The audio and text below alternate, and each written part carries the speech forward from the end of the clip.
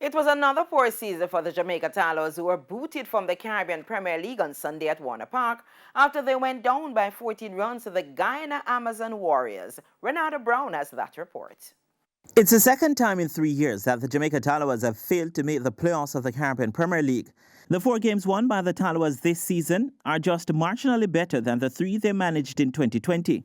It means since taking over as head coach, Floyd Reefer has won 7 and lost 12 of his games in charge of the Jamaican franchise, with no result. However, TVJ sports cricket analyst Christopher A. Gale believes the Tallawahs' problems go deeper than just coaching. There are some players that I think were underutilized. The depth of the squad was very, very, very ordinary and poor. So they also have to shop better when the draft comes around. So I think, again, tactically we were poor.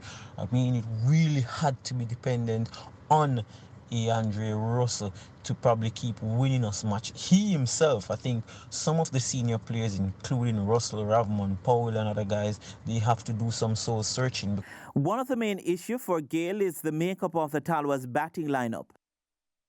And I think over the period of a competition, you really can't just depend on strictly power to get you through. I mean, it will happen now and again, but I mean, a competition of this nature where there's some good spinners on the other team, I definitely know that this unit will struggle. For Captain Ravman Powell, there is no going around the disappointment of missing out on a semi-final spot.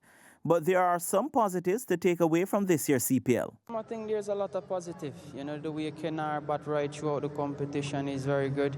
Also young Mackenzie, I think Mackenzie played well for his first season. And also Miguel, Miguel finished with about 15, 16 wickets. I think those are the bright sparks of our season. Renata Brown for TVJ Sports.